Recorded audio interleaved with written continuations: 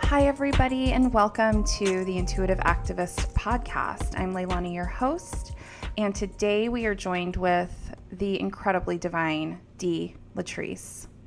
Dee is based out of Connecticut, and she is a coach, speaker, and master storyteller, and you'll see that right away as we dive into this episode. Through her coaching methodology, Change Your Story, Change Your Life, she helps clients to free themselves by taking ownership of their personal story with compassion, courage, and clarity. And when I think of Dee, I very quickly go to this notion of the universal yes. She talks a bit about this in the episode, but basically, how would your life change if you said yes to the universe when things were for you? We dive all up in that topic in this episode and also begin to embrace the complexity of when to say no in service of the universal yes, and what types of sacrifices are required in order to continue to say yes universally. It's such an honor to have Dee here today, and I cannot wait for you to dive into this episode. But for now, grab your cozy spot or your walk or whatever you need to sink into this episode with Dee Letrice.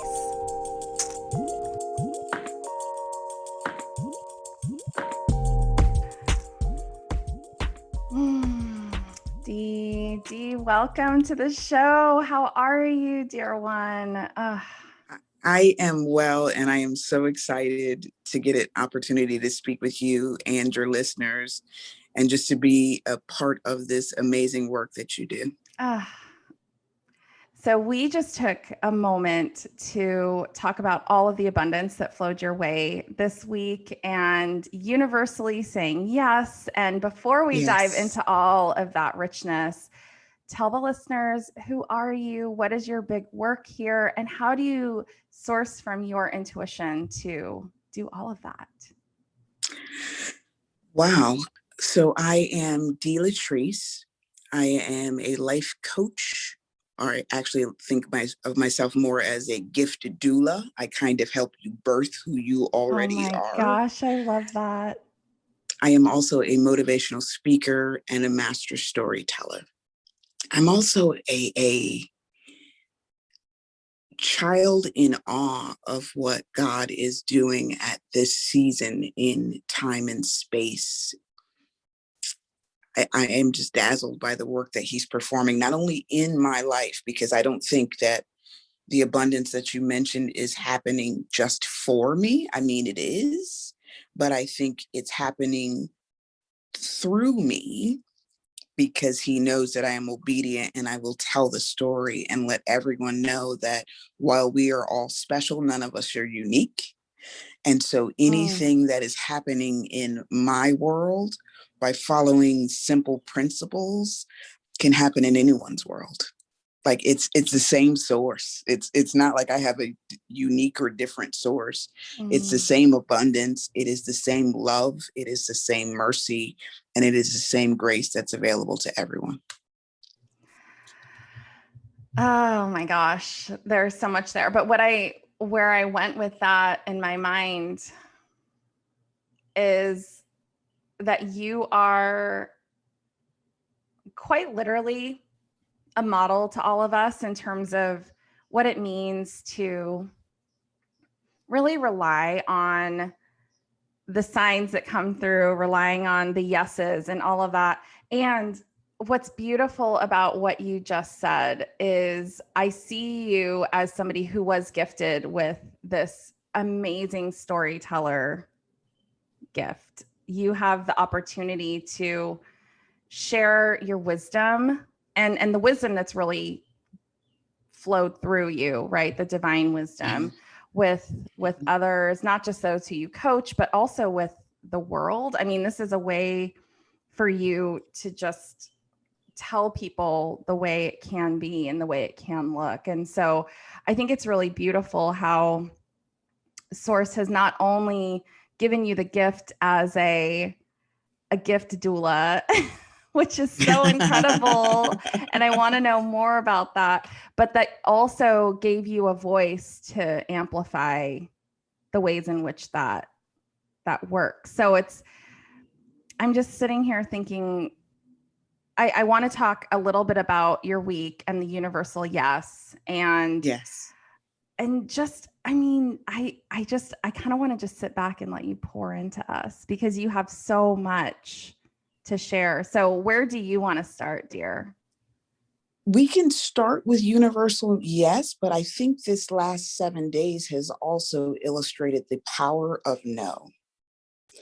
So Leilani, I was telling you about in my day job, I am an IT operations director for a Fortune 100 company here on the East Coast, and have for quite some time been so focused on coaching, developing, grooming, and keeping happy a team of very new in their career employees that it wasn't until last fall that someone tapped me on the shoulder and said, every time we talk about growth and development, you're speaking about someone else, and I haven't heard you talk about how you want to grow.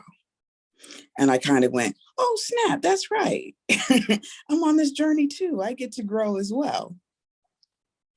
And this individual started connecting me with certain people within the organization, including the chief information officer for the place where I work.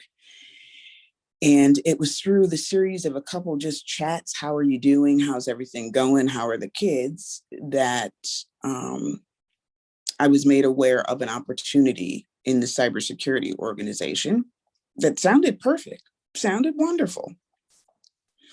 And everyone along the way who was hearing about the opportunity kept going, oh, you're a shoo-in. Oh, they want you. Oh, you'll get the job. It'll be no problem. And I didn't ever have that certainty. What I did know is if they selected someone else, then that wasn't what God had in mind.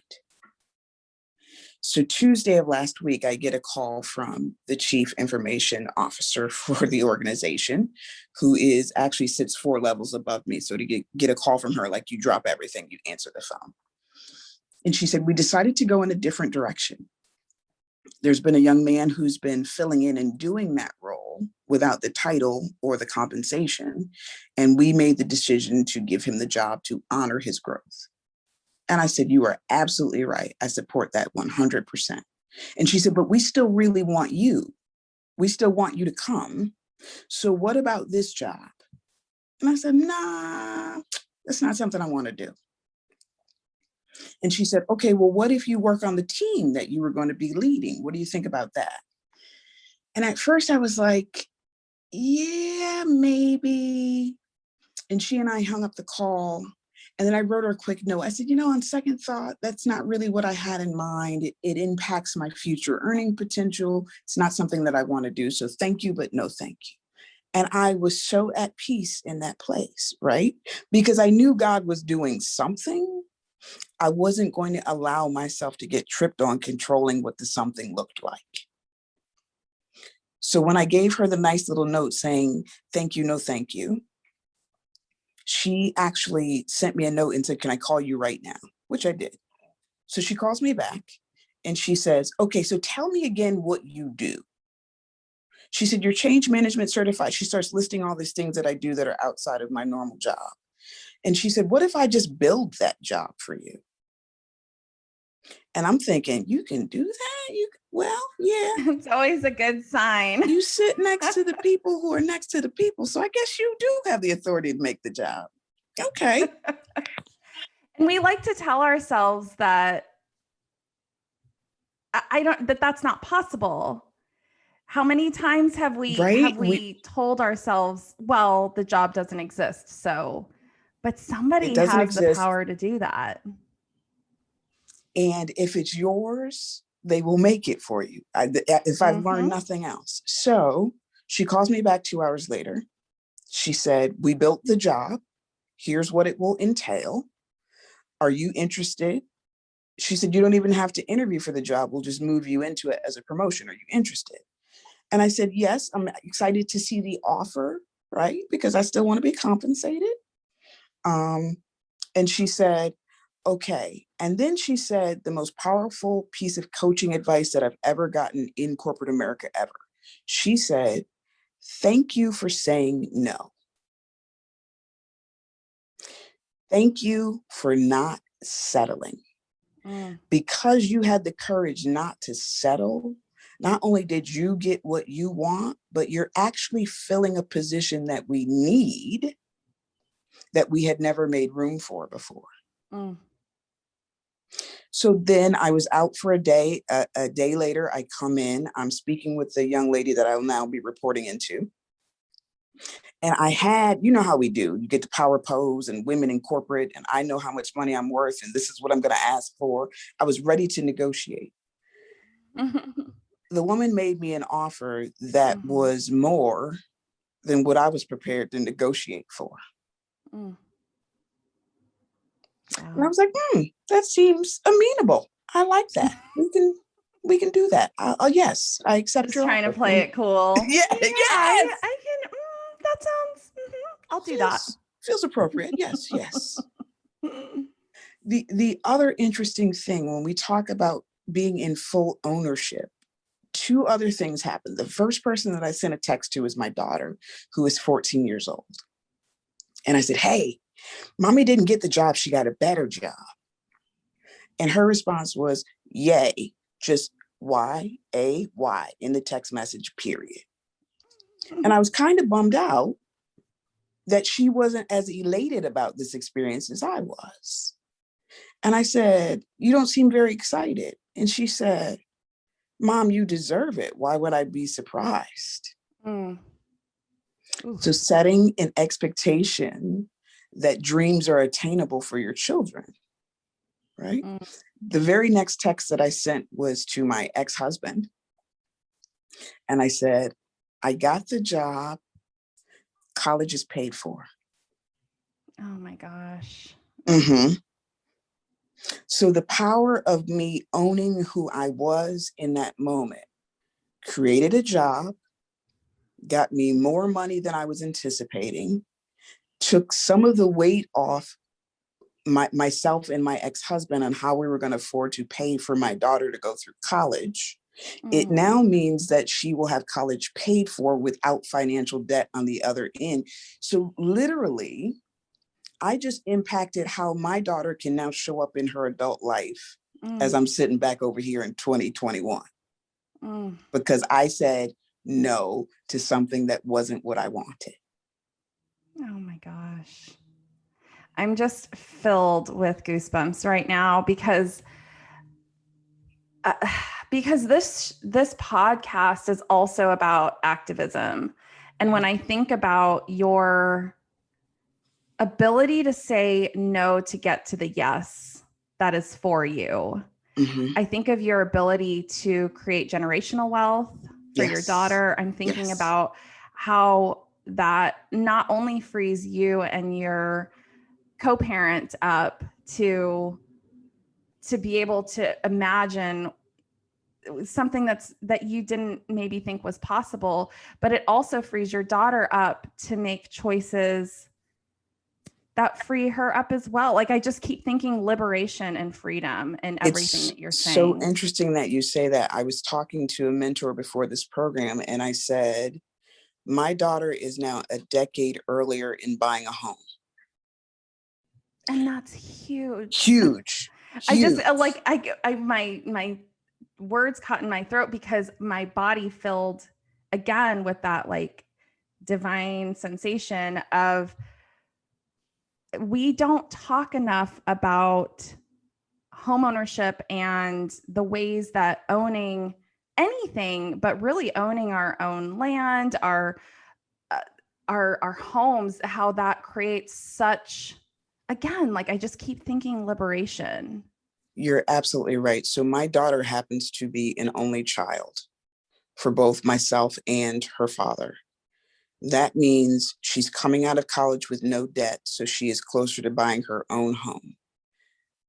That means if she makes the decision to become a mother, now my grandchildren are sitting on my property, the home that I own, plus the home that her father owns. Mm-hmm. Then my daughter's home goes to my great-grandchildren. Do you see what I'm saying? Just Oh, in one yes. decision. Just in one decision. Absolutely. And the interesting thing was, I'm feeling this right now as I'm speaking it through. It had come up earlier this year that it was my daughter's 14. We're getting close to its college time, and what were we going to do, and the angst that surrounds that. But I was always very clear that God was going to make provision for us to keep her debt free and going through college. And I didn't know how, because the savings account didn't look like that. And the 529 didn't look Never like that. does. No. We never get to know how. We just show up. Just show up. But I was certain that God meant for her to come through college with no debt. And you know what? How he was prepared to do it, I decided was not my business. I'm not in the business of micromanaging God. Oof. Say that again. I am not in the business of micromanaging God. You do, gentle spirit, what you feel necessary to do. That's not my business. Anytime I start feeling angst or worry or nervous, I know that I'm peeking over at God's paper. That's not my business. Mm-mm. Mm-mm. And I have to remind myself, you are minding God's business. Stop being nosy. Go do the stuff that he told you to do. You got enough of that. Focus on the stuff that you're supposed to be doing. Let God handle the rest. And when I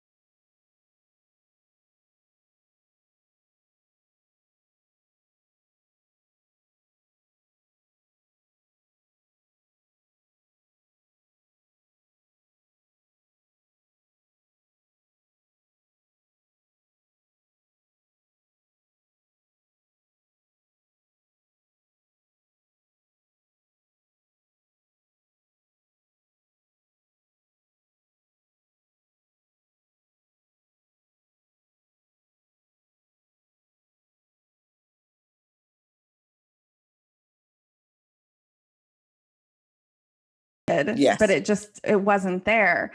And so I am sure it's because this is the message that people need to hear. And on my run this morning, I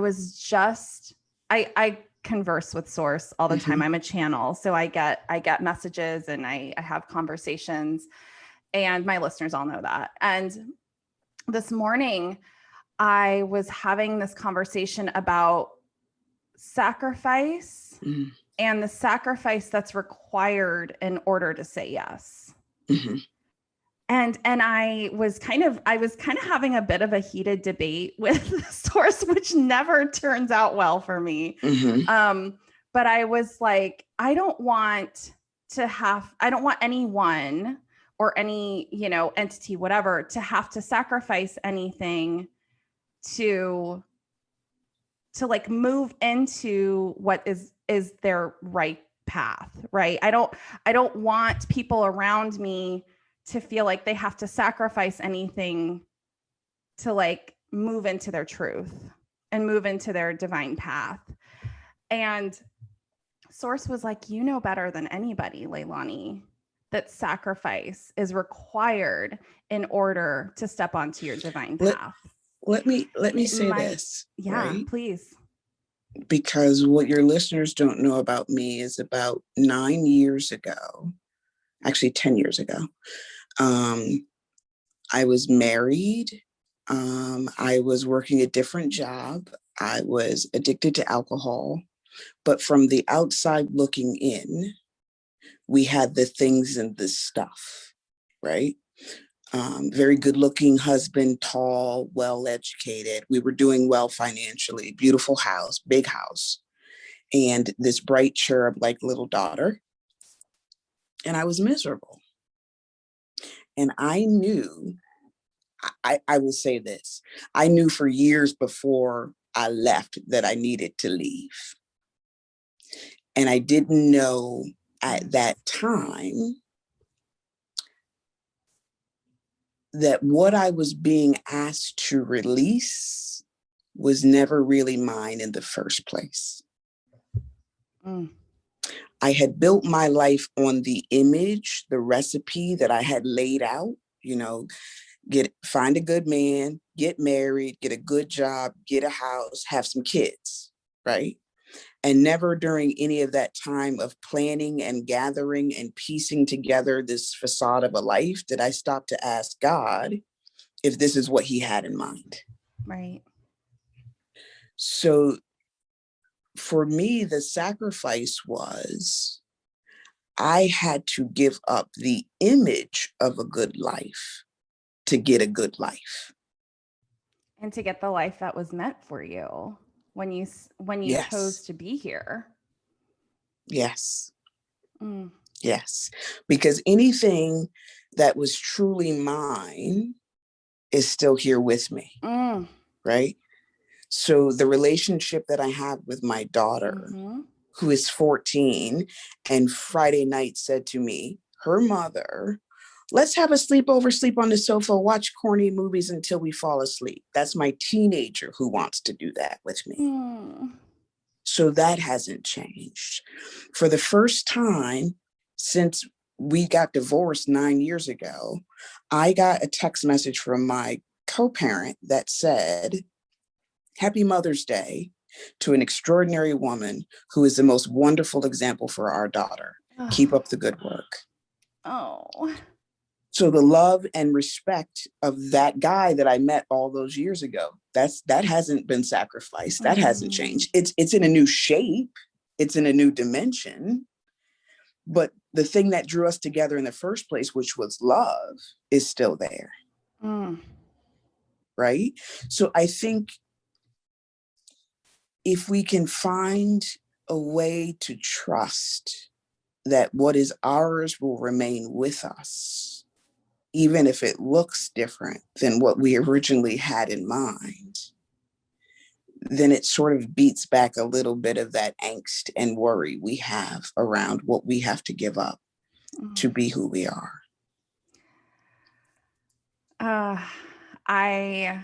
Obviously, we've talked about, this is what we talked about in the first podcast episode, is that about 7 months ago, I separated from my husband, and we're now we just signed papers and we're going through the process of divorce.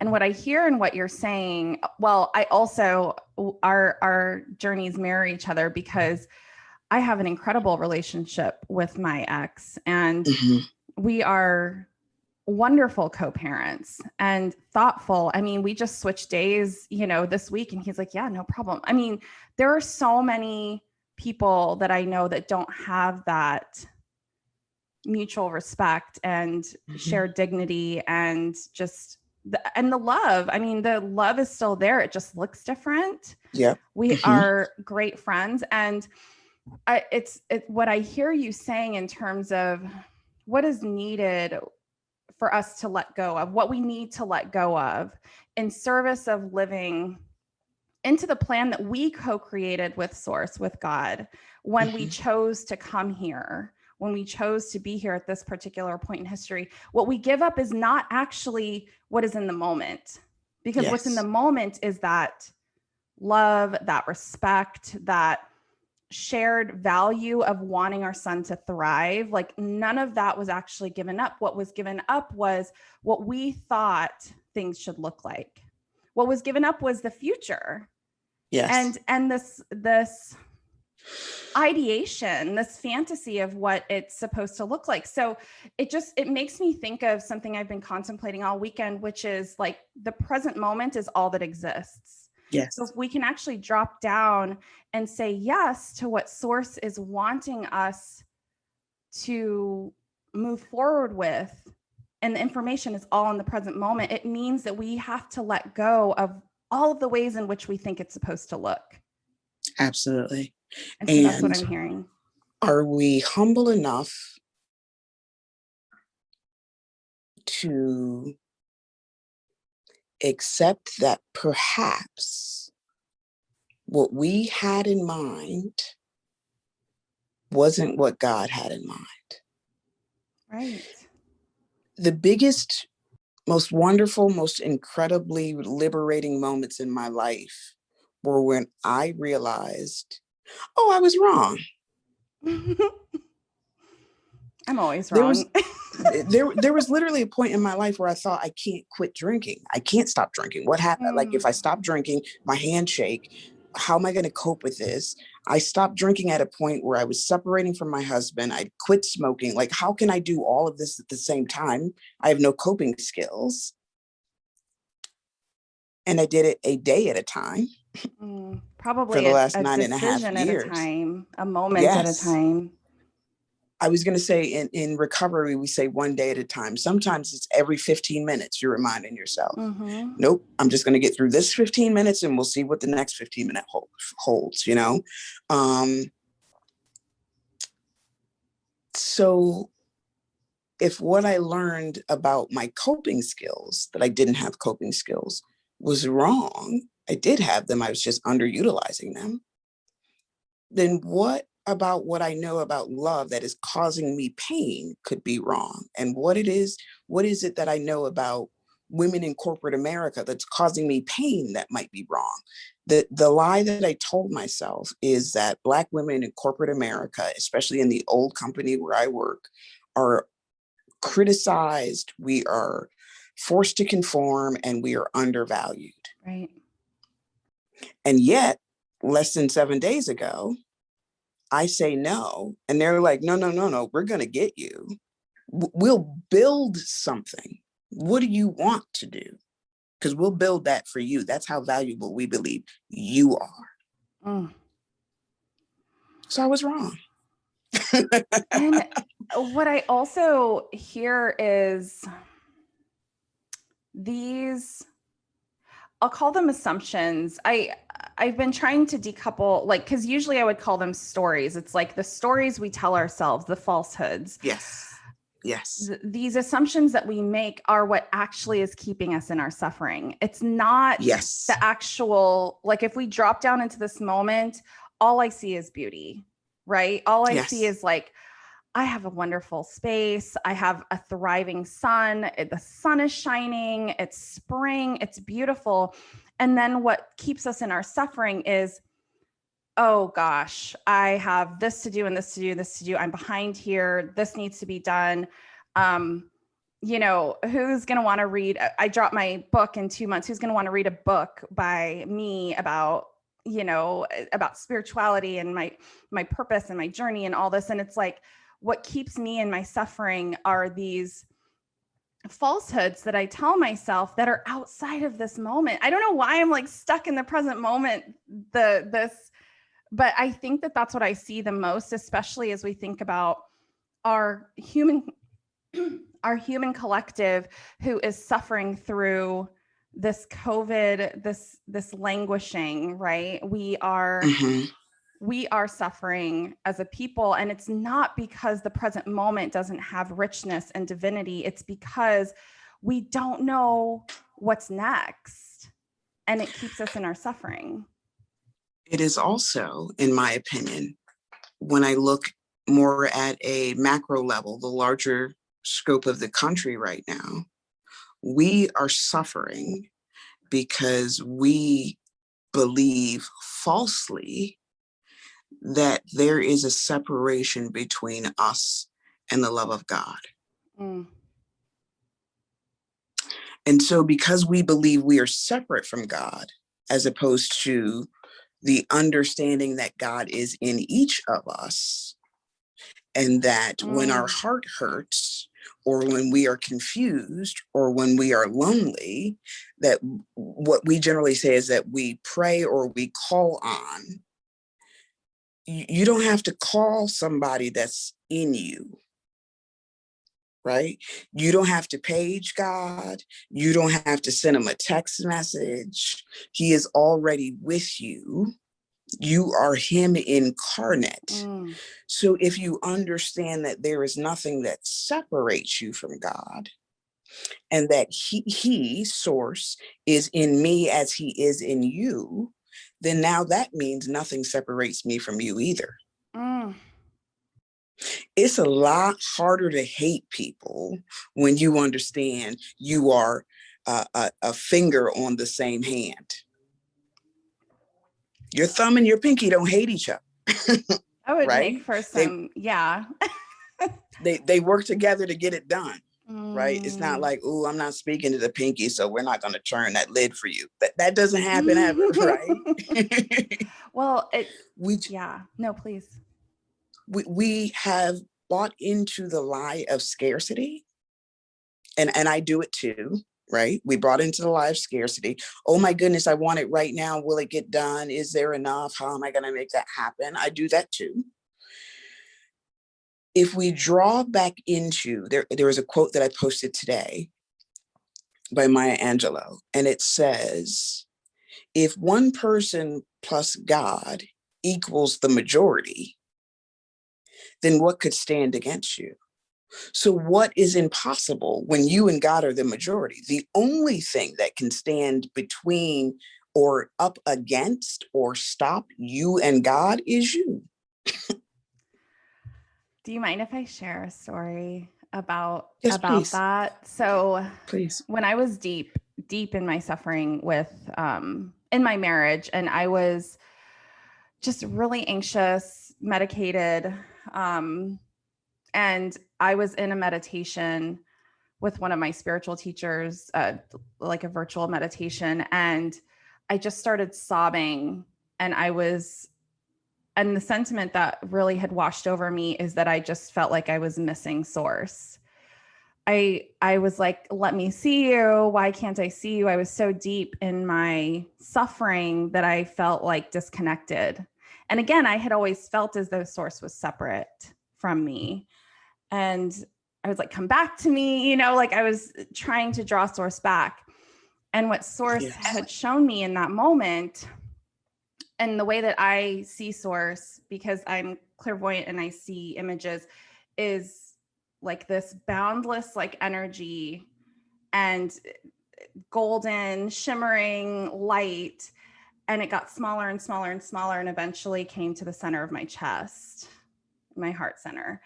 And what source had told me in that moment was, you see me every day. You see me when you look in the mirror. You see me when you're playing with your son. Like, I am you. So how could you miss me when I am a part of you? And that was so revolutionary for me, because again, everything you're speaking to is we tend to believe that we are separate, and it keeps us in our suffering. It keeps us thinking that source is this like unattainable, on a pedestal, that we have to do work to convene with source, when really source is us. And again, if we can believe that, and if we can internalize that and actually feel that in our bones, then I have no conflict with you. Yes. I love that. It's interesting that you mentioned that. I had a similar experience back in March. where I was meditating. And my whole life, I have always felt as if I was a human, small h, being, big B, right? So even though I know I agreed with Source to come here on this assignment, I think I kind of got here and was like, you didn't tell me about all this. I don't I've been know. misinformed. Right? And so most of my life, I have felt as if my spirit, my sense of I has kind of been half in, half out of my life. Um, and I was in meditation this one particular day. And as I was meditating, God was speaking to me about just what you're talking about being in me. And I saw in my spirit a golden figure, like you talk about. If you think of the movies, it's like Tinkerbell's pixie dust, right? The being that I saw that sat down between my heart and my solar plexus and sat crisscross applesauce, if you will, was me. So it wasn't that God wasn't present in me, it's that I wasn't showing up in me. Oof. And to feel your spirit finally sit down. Ooh, I've got you. We're not going anyplace. I'm right here. Let's get to work. And to be in a place where the sitting down motion, there's something about the sitting down, like I am dwelling here with you now. You don't have to worry about me standing near the door or running out the back or going to get the Amazon package off the porch, Dee. I'm here. I'm sitting down. I'm with you. I'm anchored. And now what this also means for me, because I am empathic, in sitting down, in allowing my spirit to sit down within me, when I encounter other people's whose emotions are very strong, they used to take me all over the place. So if you were having a bad day, I could talk to you for 5 minutes and we're both crying and I'm not helping you at all because I'm just over there now with you, right? No, I feel that. I am anchored now. So if I talk with you and you are in a wounded place, I can reach my hand out to your spirit and say, come here and sit in my lap. We're going to sit down together. And I can anchor you and I can show up for you in a calm and peaceful way where I can acknowledge the validity of your hurt. Because sometimes what we do is we're like, oh, that's not that bad. Come on, you can get over it. You're tough. You're strong. No. Come here. Be hurt. Be hurt. I got you.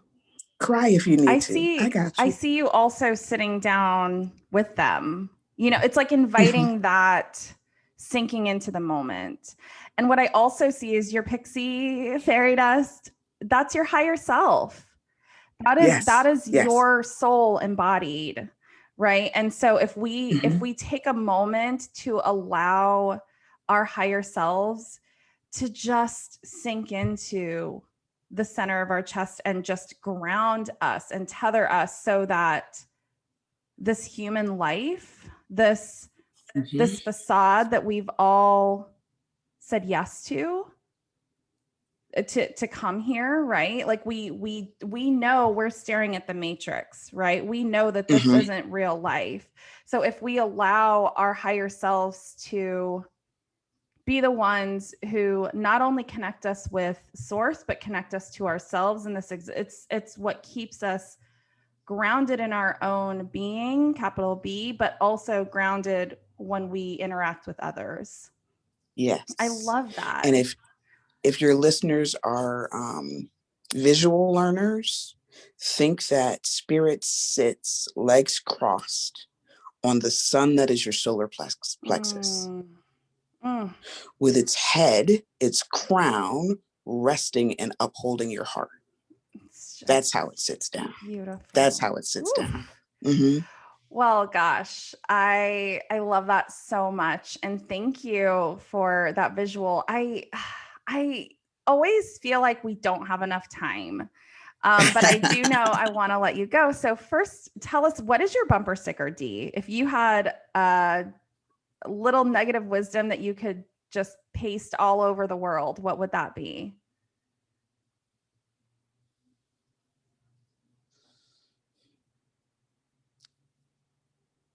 The life that you desire is on the other side of fear.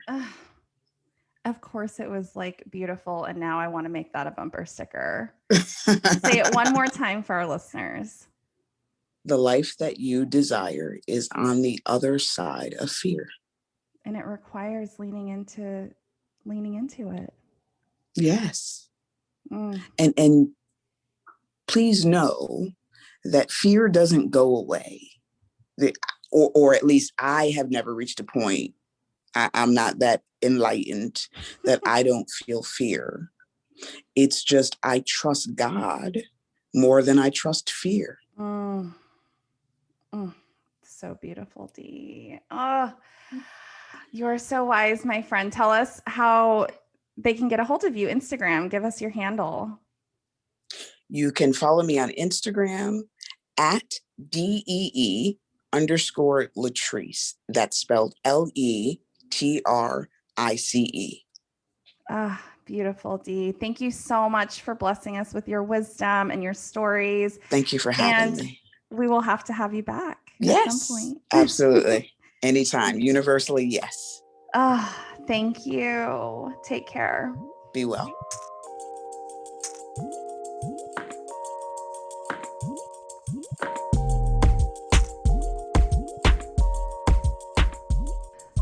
Oh my goodness, friends. I continue to be in awe of the incredible souls that we bring into this podcast. Today, I'm sitting with this reverence for Dee Letrice and all of the ways that not only she owns and tells her story, which is so beautiful, but also how she engages with her story in order to continue to live a life of purpose, a life of meaning, and a life where she is in service to not only her higher power, but also the human collective. I think this notion of the universal yes and the no's that are required in order to get to the yes, and also what we sacrifice to get to the universal yes. I am going to sit with those paradoxes, those dualities for many days to come, as I hope you will as well. I think it really highlights the complexity of this work, of living our soul's purpose, of really stepping intentionally into our soul journey and being unapologetic about it looking different than we expected. I am so grateful you're here. Thank you again for your continued support. If you do want to get in touch with me, I would love to hear from you. I would love to connect with you. You can find me on all the socials at Shaman Leilani. But for now, be still, my friends, and live into your impact. So good to connect with you today, and talk to you soon.